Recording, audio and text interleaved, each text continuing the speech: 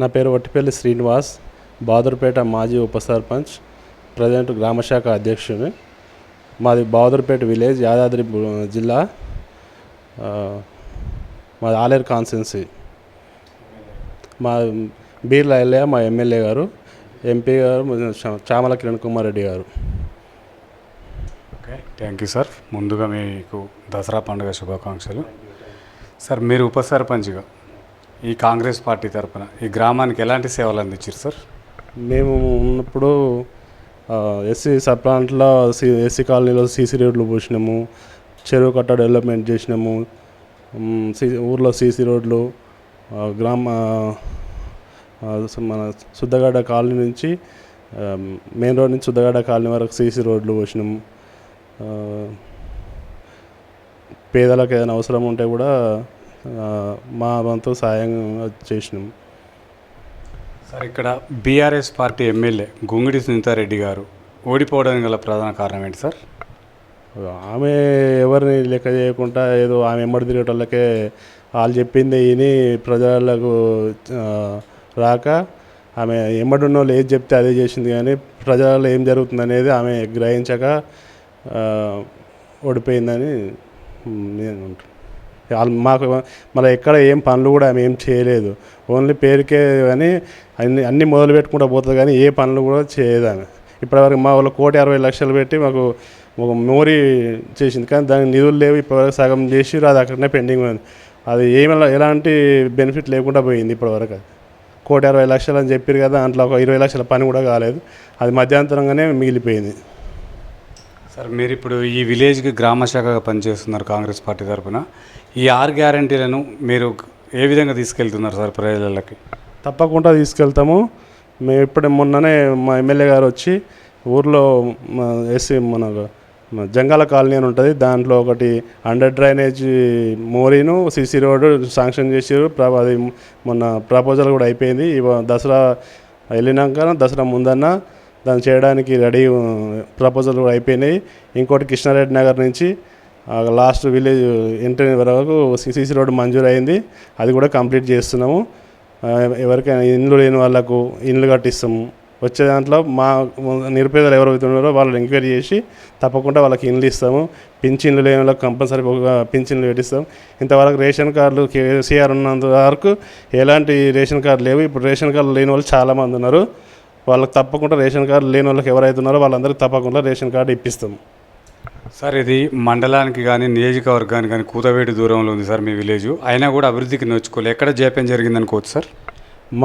మా విలేజ్ మాకు దగ్గరనే ఉంది ఆలేరు.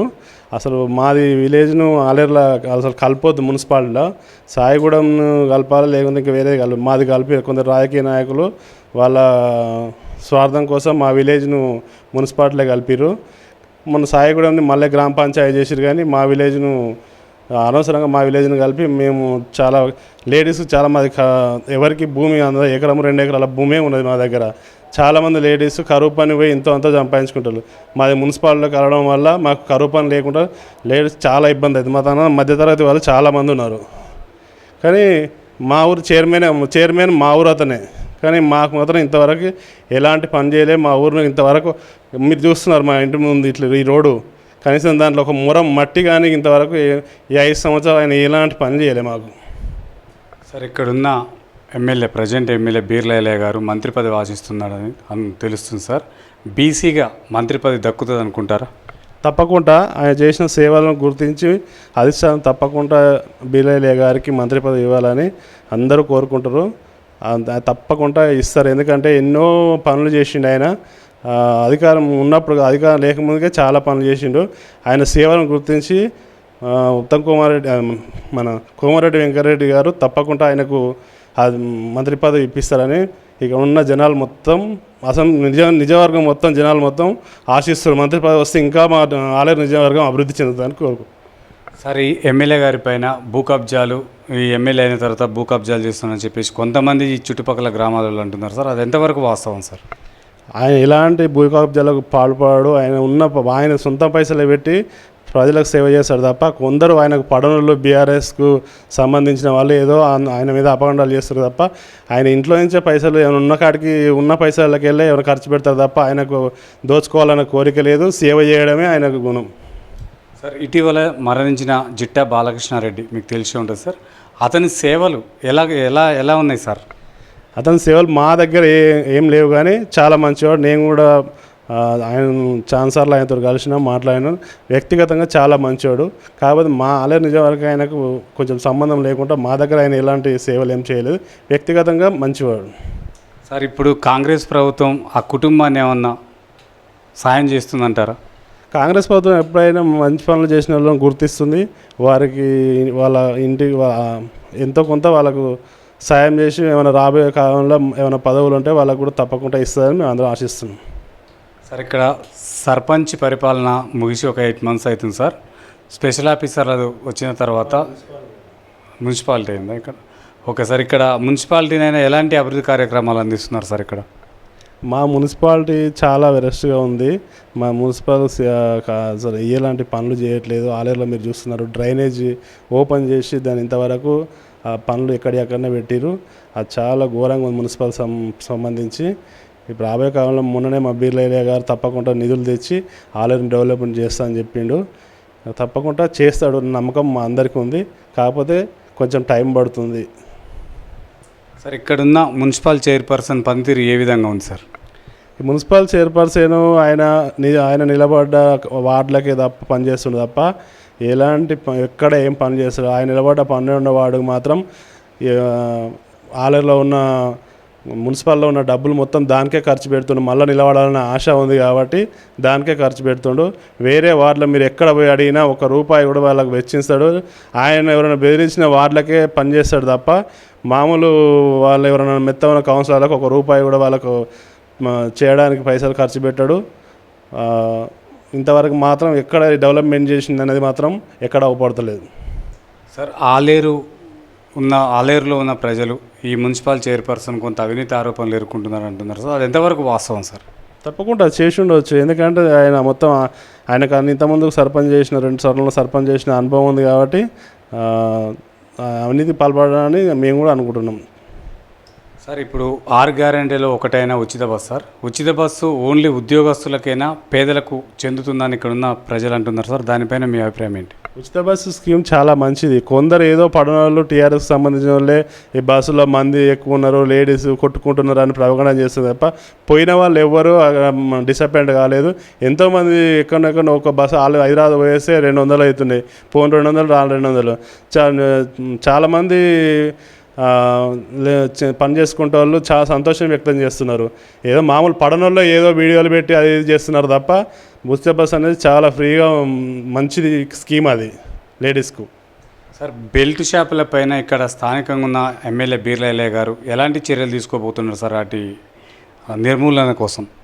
బెల్ట్ షాపుల మీద మొన్ననే ఎమ్మెల్యే గారు ఎక్కడ బెల్ట్ షాపులు ఉండవద్దు అని చాలా పగడ్బందీగా చెప్పిండు. ఎక్కడ బెల్ట్ షాపులు నిర్వహించవద్దని చెప్పిండు. ఎక్కడ కూడా మా దగ్గర ఏం బెల్ట్ షాపులు ఎక్కడ కూడా లేవు.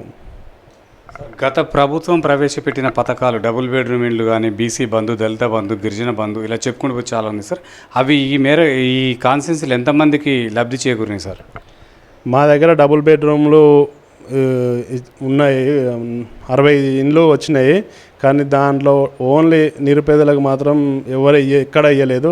డబ్బులు ఇచ్చిన వాళ్ళకు మాత్రమే ఆ ఇండ్లు ఇచ్చిర్రు.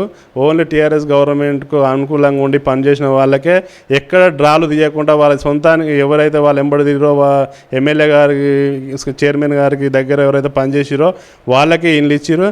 అది కూడా పేదలకు భూమి ఏం లేని వాళ్ళకి ఇవ్వాలి కానీ అన్నీ ఉన్న వాళ్ళకే డబుల్ బెడ్రూమ్ ఇచ్చిర్రు. అది మీరు చూసినా తెలుస్తుంది అక్కడ పోయి. సార్ ఈ కాంగ్రెస్ ప్రభుత్వంలో పార్టీ కోసం పనిచేసిన వాళ్ళకి గుర్తింపు లేదు, వేరే పార్టీల నుంచి వచ్చిన వాళ్ళకి గుర్తింపు ఉందని చెప్పేసి ఇక్కడ ఉన్న ప్రజలు అంటున్నారు సార్, కాంగ్రెస్ కార్యకర్తలు. దీన్ని మీరు ఏ విధంగా చూడవచ్చు? అట్లా ఏం లేదు. తప్పకుండా పనిచేసిన వాళ్ళకు తప్పకుండా గుర్తిస్తారు. ఎవరైతే పనిచేసిన వాళ్ళకు రాబోయే వాళ్ళకి మంచి మంచి పదవులు వస్తాయి. అట్లే మన ఆలేరులో కూడా మన సీనియర్ నాయకుడు ఎవరు గుర్తించకుండా మా బీర్లయ్య గుర్తించి ఆయనకు మొన్ననే మార్కెట్ చైర్మన్ డైరెక్టర్ ఇచ్చిండు.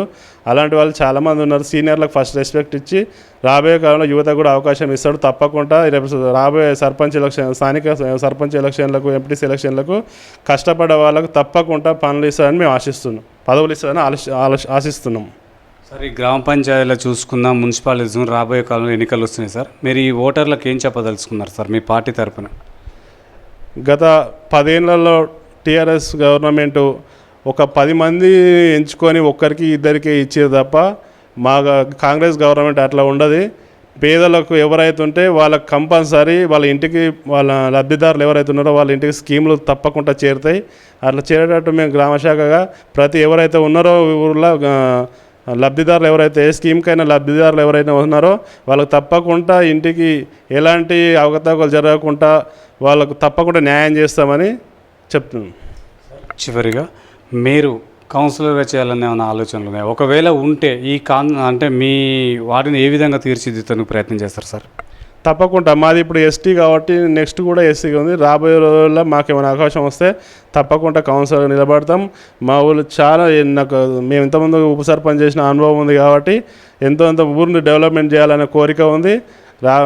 మా సొంత పైసలు పెట్టైనా ఇప్పటి నుంచి ఏదో ఒక కార్యక్రమం చేస్తున్నాం. రాబోయే కాలంలో అవకాశం వస్తే తప్పకుండా కౌన్సిలర్ చేస్తాం. పేదలకు పనిచేసి పెట్టడమే మా కర్తవ్యం. Okay, thank you sir. చూస్తూనే ఉండండి మీ తెలుగు టీవీ.